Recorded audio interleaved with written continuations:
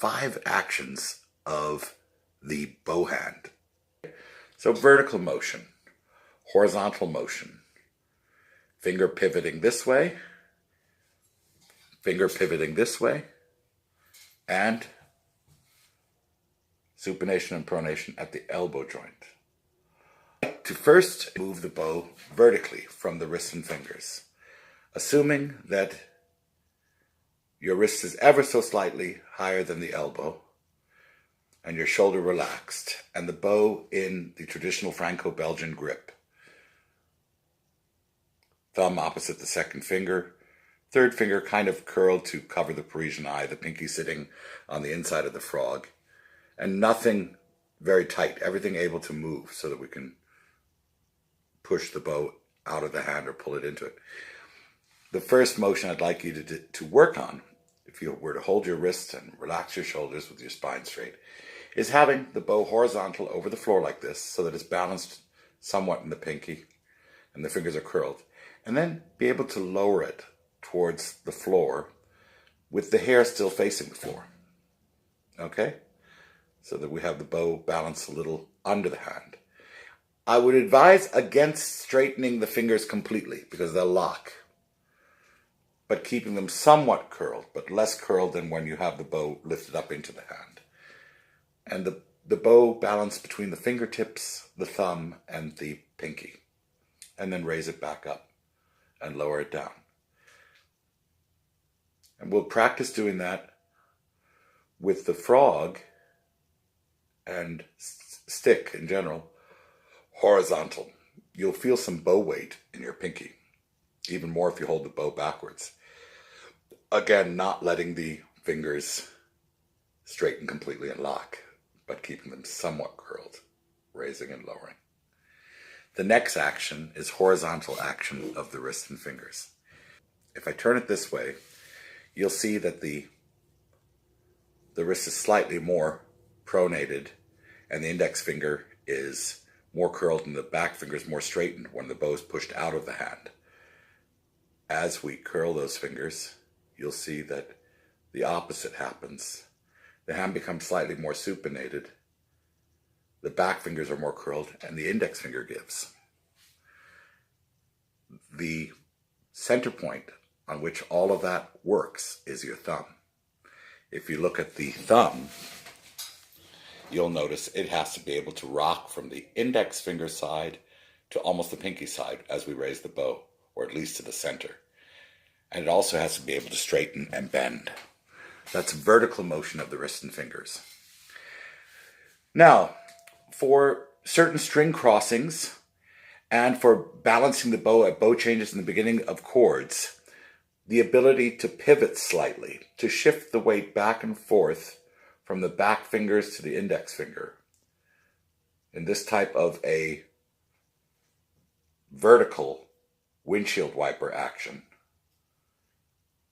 is an important action for the left hand so that you're not locked, but you can shift that weight.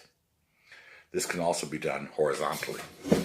Let me explain. If I turn it this way, we could also move the bow like this.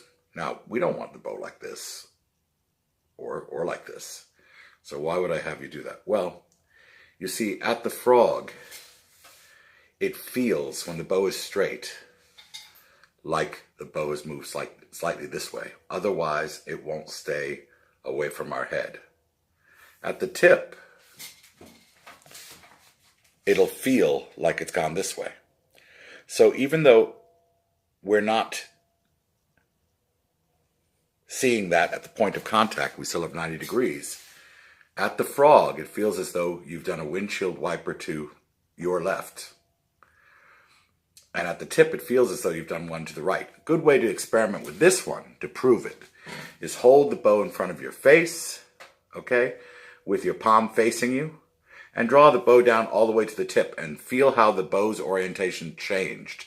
You'll feel that your pinky and third finger are extended and your first finger is more curled. And when you come back up here, you'll feel that in order to keep the bow in that tube, you'll feel more like this, a straighter line here, a little bend there. Wrist slightly above elbow, slightly above elbow. flat on top. We'll get into that later. We can also lift the bow on and off the string through simple pronation at the elbow joint and pronation at the elbow joint. More pronation at the elbow joint will apply more pressure into the string. More supination will release pressure and finally lift the bow off the string. That plus the fingers themselves can do a lot for controlling when we're on and off the string and how we cross for pivoting actions. Okay?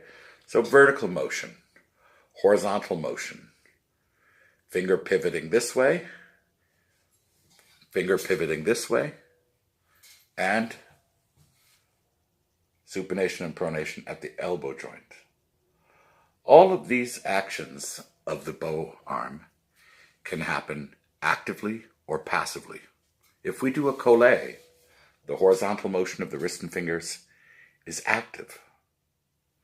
If we do a legato bow change, the elbow wants to go down and the fingers passively curl a little bit. You actually have a little bit of active curling in the beginning of the end of the up bow, and the thumb bends. So you curl the fingers, bend the thumb. Curl the fingers, bend the thumb. For string crossings, we very often help our string crossings using the pivoting motion from down to up and the passive motion of pulling this way and this way releases the wrist hinge so that the active elbow opening and closing happens easily.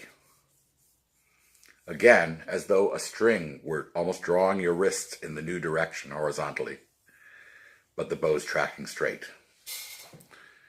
So there you have it, 5 actions of the right hand.